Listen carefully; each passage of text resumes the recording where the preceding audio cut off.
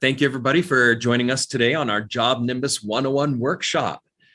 We are super excited to be sharing with you our new JobNimbus mobile app. Now, this mobile app is in beta, but will be released here to the public really soon. So we've been authorized to be able to show it off and to have a webinar showing all the cool features in our new mobile app. I'm Dan. I'm Logan. We're so happy to have you with us. Now, we know that you do a lot of your work not in your office, but actually out in the public at other people's homes and businesses. And while you could take a laptop with you, it gets awkward when you have to get a laptop up on the roof or when you're doing a sales presentation with a laptop. And that's why we've had a mobile app for quite a while. But it's maybe not been the mobile app that we want you to use for the rest of your life. And we've got a lot of feedback on it. I'm going to read a couple of those feedbacks right now. This is from John. John says, the JobNimbus mobile app is the most well-designed app I've ever seen that looks like it was designed for use with the original iPhone. Thank you, John. Anne had a feedback for us as well. Anne said, the mobile app for JobNimbus has all the features I could possibly want. However, occasionally it is as slow as my grandmother trying to walk the wrong way up an escalator. Thank you, Anne, for that comment. Now, we hear you. We've heard you in all the comments that you've had on the mobile app, and we have a fantastic development team who's been working on building this new version of the mobile app. And I think you're going to really love it. So let's get into it now. Yep. So let me pull it up here. When you log into JobNimbus on the mobile app, you'll be taken to the home screen. Now, this home screen is a lot more advanced, has a lot more stuff than our previous mobile app. So we are going to go through each of these tiles because they're all jam-packed with information you need right away, and it's really neat. So we're going to get started with the very top tile there called Today's Schedule. Now, this tile will show you your next 3 appointments that you have on your calendar. It'll show you what's coming up so you can easily plan what you need to do. If you want to see more, just click on View Schedule, and that will bring you to your calendar where it'll show all of your appointments. Hopefully you have a lot more appointments than what we have on this calendar. It's pretty sparse. Yours will not be.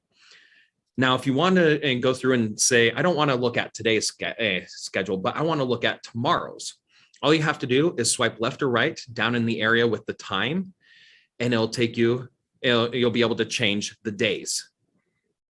Now, you can also say, I want to look at a different week, and you can swipe left or right on the dates above where the schedule is, and it'll take you to different weeks.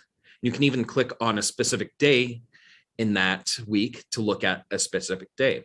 Now, if you've gone too far ahead and you're like, oh no, what was happening today? Just click on today in that top right, and it'll take you back to today, where we see that we have our one appointment, which is labeled appointment at 10 o'clock, which is technically supposed to be at 9:30 because that's our appointment with you. So we can click in here. We can view the details of the appointment. If we want, we can change the title by clicking in the title. We can also say, hey, if we want to reschedule, we can click down here and reschedule that appointment for a different day. But I'm not going to because we're holding true to this appointment. Now, another thing we can do from here is we can click on the checkbox right there and save and mark that appointment as complete. Now, don't go away because this appointment really isn't complete. I just marked it as complete. Now, since Dan mentioned our calendar is a little bit sparse, we're going to add a new task to our calendar. Now, in order to do that, we're going to use that plus button down at the bottom center. And here we can add in a new task job if you have that enabled or contact. Let's do a task now. It's going to ask for a task title. And frankly, this is the most important part of my day. And that's going to be lunch. It then wants me to choose a task type from what I've established on the web app. I'm going to use lunch meeting. Next, it wants me to choose a related job or contact so we know who this task is related to or for. Well, this technically is just with myself.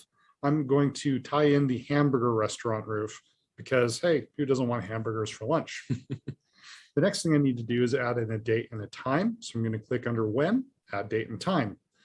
it'll automatically say, hey, do you want this done all day? Which is great if I'm going to be on a roof all day long, and that's my plan for the day. I'm not allowed to take lunch all day long, so I'm going to toggle all day off. Petition for Logan to have lunch all day long. We'll get it started. And then we need to change the time. So it says it's starting today at 12. That's going to work for me, but we'll change it from AM to PM. And then I need to add an end date and time. I'm going to leave it on today, though I could choose another day. And I will change the time to 1 p.m. There we go. Then I'm going to just mark done. I could leave in a description. Very descriptive, a tag and a priority. Lunch is high priority. And Always. finally, we're going to save that. Now it brings me to the lunch page. It all looks good. If it doesn't, I can click into these 3 dots to either delete it or to go in and do some quick actions here, which we'll talk more about later. Now you'll see I've got this on my schedule. It's high priority. Fantastic. You'll also see that I can view my tasks from the My Tasks area here on the home page. And it'll show me just a few of the most pressing tasks. I can view all of my tasks here and filter between complete, incomplete, or all tasks, certain task types. There's that lunch meeting. Or priority. Now, the next thing that we'll see here that's also terribly useful is our leads. Exactly. This leads tile will show you all of the leads that you have. Well, technically, I'll only show you the 3 leads, 3 top leads that you have in your account. But we can view all of the leads by clicking on, you guessed it, view all.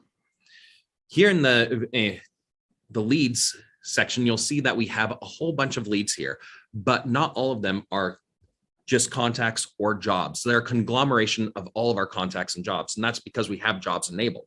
If you only have contacts enabled, you'll only see contacts. We can tell which is which by the icon next to that, and next to the title. Next to JobNimbus up at the top, we have a contact icon showing that it is one of our contacts. The hamburger restaurant roof shows a hammer icon, which denotes that it is a job. We can filter these at the top by workflow. We can also sort them by oldest to newest, newest to oldest. And I just want to point out that these are only your leads. That is contacts or jobs that are in the lead stage. If you don't have a contact, if your contact or job is outside that lead stage, it will not show up in this list. And as you see, we have a lot here. Now we can click in one of these. So let's click in the hamburger restaurant roof real quick. And you'll see that it shows all of the related contacts to that job. Whereas if we click into a contact, it shows all of the related jobs to that contact. So it's easy to see what's related to what in your mobile app. Now, other things you can see on the contact page or the job page, if you have jobs enabled, is these quick actions that we've talked about before. And we'll also show other places you can get these quick actions later.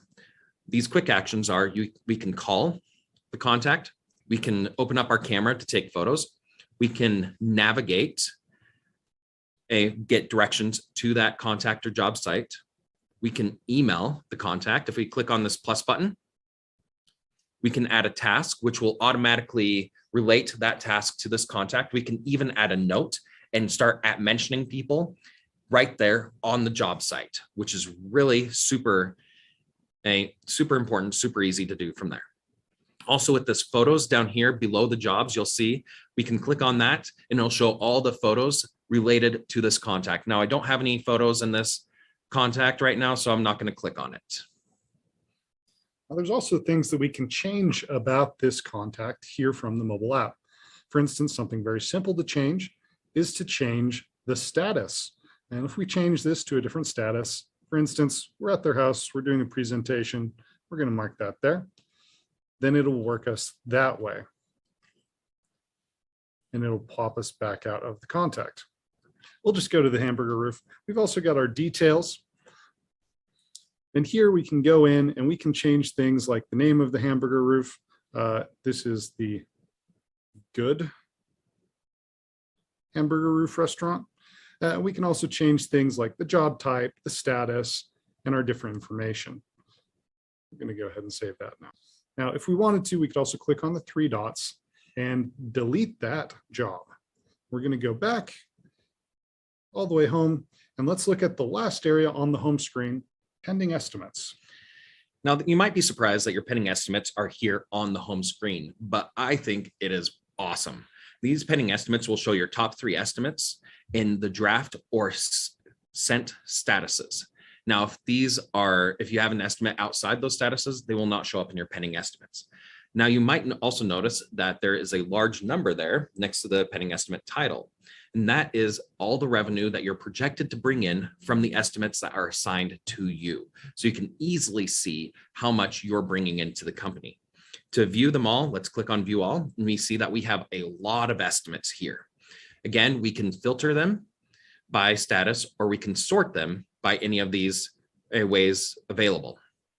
Clicking into an estimate, let's click on Patrick Hill. We can click on the caret there to bring up all of the line items of the estimate to see what needs to be done. We can also click on this little image icon above the estimate, and it'll show us what the estimate looks like. Another really cool thing is we can click on that little share icon next to the image, and that will pull up different ways that we can share this estimate. As you see, we can share it via email, we can share it via a text message, many different ways to share this estimate with our clients. We've hit just everything on the home screen. We've hit it pretty hard, but there's one more thing that we would like to share with you about the mobile app. You'll notice on the bottom right that we have a search icon, and it looks a little bit different than what you'd expect a search icon to look like. Let's go ahead and tap into there. And you're going to see that this pulls up actually a full map. And if we zoom out and give it a second, it will populate all of the jobs we have in North America, or even over there in Hawaii. Now we can filter this down. So for instance, I could say, I only want to see residential jobs of a particular status. Or I can do a search up here at the top. Now I'm going to search for JobNimbus, and you'll see that there's a lot that comes up for JobNimbus, and not all of it is named JobNimbus. That's because not only is it looking for the contact name, it's looking for the related company, the email address, the location, anything like that. So each of these different contacts or jobs has a tie to JobNimbus. As another example, if we had a contact named Dean and another contact who lived on Dean Street, we could type in Dean and both would appear. Now, something else that's really neat about this is that if we look into our immediate location, it's going to say, hey, you're right here. You've got a contact. We click on that. It's going to say, this is our person. This is JobNimbus that we just moved to presentation. And from right here on the search, I can click on these 3 dots and it'll pull up my quick actions. This allows me to navigate to them if I need to, email them, text them, call them, view the photo gallery, or even take some photos. And now let's go in and check out some photos, which only took a few clicks from our search area. Yep. Now we are super excited to share with you the photo option. So let's say I just arrived at JobNimbus's house. Now that, I don't know who would name their kid JobNimbus. It's a cool name for a company, but not for a person. So we just arrived at their house and we're ready to take photos. So here we are at JobNimbus's house. So let's go ahead and take a photo. Now I can also take multiple photos. So let's take multiple photos around the house, pull out there, and there we go. Let's click on the X button. As you saw, you might have seen that little clock counting down showing that it was uploading. That uploaded super fast, and that uploaded all 9 of my photos extremely fast.